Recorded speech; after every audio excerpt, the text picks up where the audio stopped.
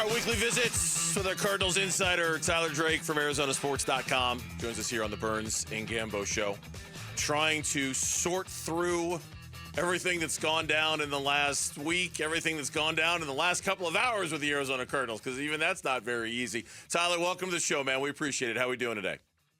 Doing all right. How you guys doing? Before we get into this, what's the Halloween costumes looking like this year? Well, I'll put on my bandana. I wore this earlier, but this wasn't for Halloween. This is my it's this Rambo First Blood bandana. Rambo First Blood. Pickleball. Nothing is over! Video we were shooting.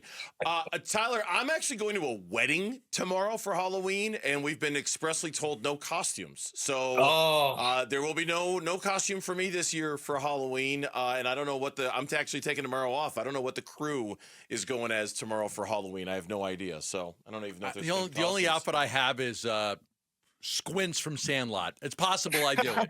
Possible I do Squints from Sandlot, but that's all I got. You also have the Grim Reaper mask that you wear. You could come as the Grim Grim Reaper. Reaper.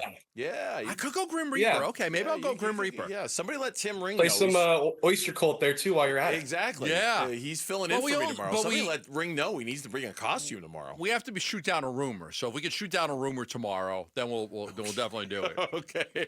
Definitely. Well, yeah. Hey, so actually, my daughter, she decided she wanted to go as a Power Ranger. So the whole family's doing it. So this is me right here. Oh, there you go. Oh, look at that. Nice. Get your Power Ranger. What's that Power Ranger's name?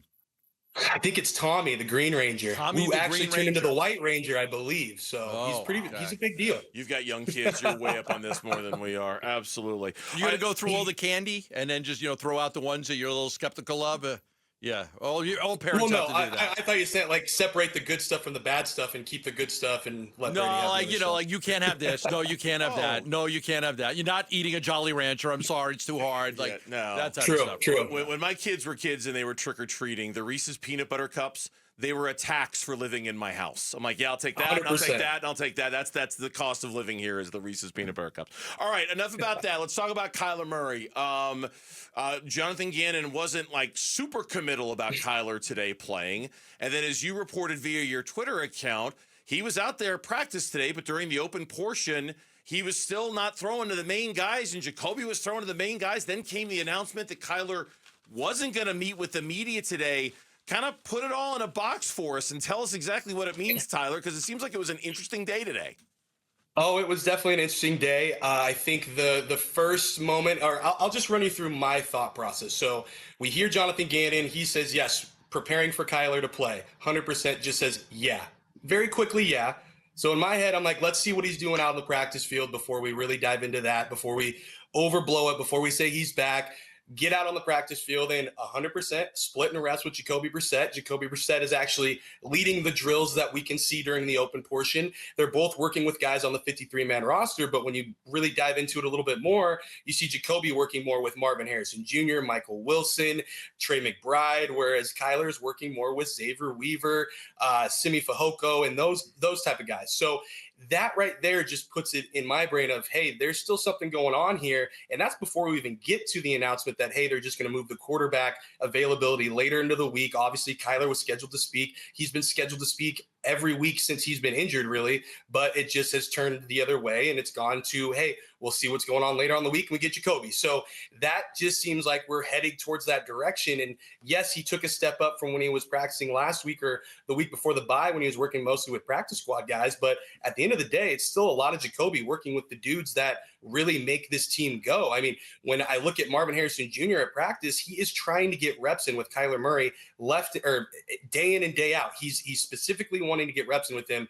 But when we go into now what we're seeing, it's a lot of Jacoby work. So it's something that it might be nothing. It could be gamesmanship. It really could. But when I look at this and see the development, there's, I think, some unknown here as to whether or not he's going to play.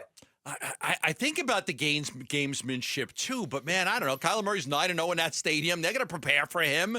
He's had a lot of success there, but I mean, who knows? I mean, in World War II, we made the Germans think it was Patton, not MacArthur. So, gamesmanship and it exists. I just don't know that it's really that's worth anything.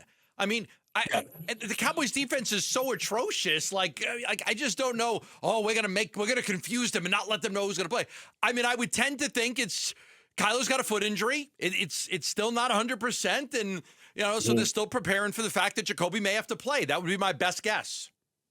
Yeah, exactly. That's what it's seeming like. And I think also with what Jonathan Gannon said to the question, I mean, yes, he just said, yeah, if they're preparing for Kyler to play.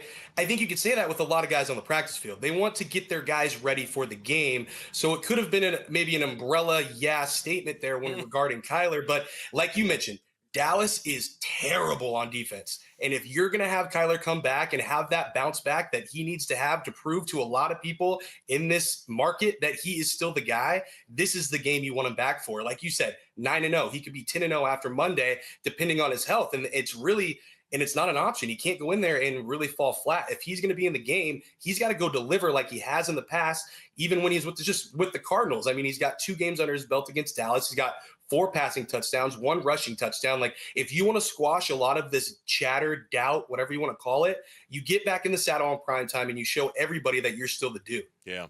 Tyler Drake is joining us here on the Burns Gambo show. Let's shift our attention to BJ Ojulari. I saw that he met with the media today and made the revelation that these last 14, 15 months that he hasn't played football has been a lot harder on him than we initially thought. He kind of revealed just how shredded that knee of his was. Sounded way worse than it was originally being reported as. Yeah, 100%. And, I had heard some things right after the fact, but it was nothing concrete, nothing you want to go off of, especially when it's coming down to an injury like that. But it did sound like it was more than the ACL, and he explained it today. Like, 2 more ligaments were torn there, too. So not only did he have to bounce back from the ACL like we've seen guys do with, Will Hernandez and those guys, but he's also had to deal with more. So seeing him and getting to hear what he had to say today was really good stuff. Definitely play the quotes later on if you guys have them, just because of the way back, the journey. He said, absolutely, it's been hell, but he's had guys to lean on. He leaned on Kyler Murray, he leaned on Garrett Williams through the offseason. So those things, it's great. Now we just have to see when he can get back in the saddle and really start going. Can he get back in this 3-week window? I believe he can, because they wouldn't have done it if he was. So it'll be really interesting and then to see what he could possibly do in this rotation, because not too long ago, he was talked about as the projected starter before he went down with that injury. Was coming off a decent season there too. So it's going to be really interesting to see how they work him back in and how fast that maybe he could work up into the rotation and get some meaningful snaps right away. More likely to have 100 yards receiving in this game, McBride or Marvin Harrison Jr.? I like this question. I think I heard you guys talking about it yesterday. I would say for me, I'm going with McBride. Okay. I really am, just because he has been a problem, and nothing against Marvin, but I just think you're seeing a lot more consistency out of Trey McBride, especially if Kyler plays. I think you could really put that to the bank that he's going to have 100, just because we know Kyler's going to look his way a ton.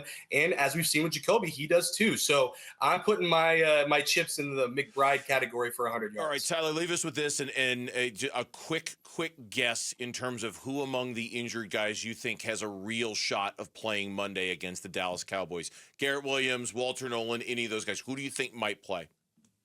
Oh, I want to say Walter Nolan, but I'm not going to rule out Garrett Williams either. So let's start with Walter Nolan. That's where I'm going to start first, just because he's been on the practice field longer.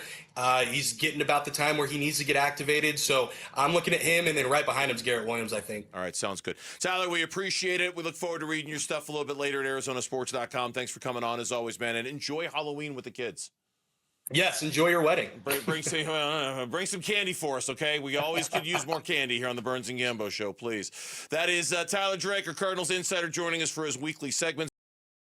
Thanks for watching Burns and Gambo. Click to see more from the guys and hit the button in the middle to subscribe so you never miss a video from Arizona Sports.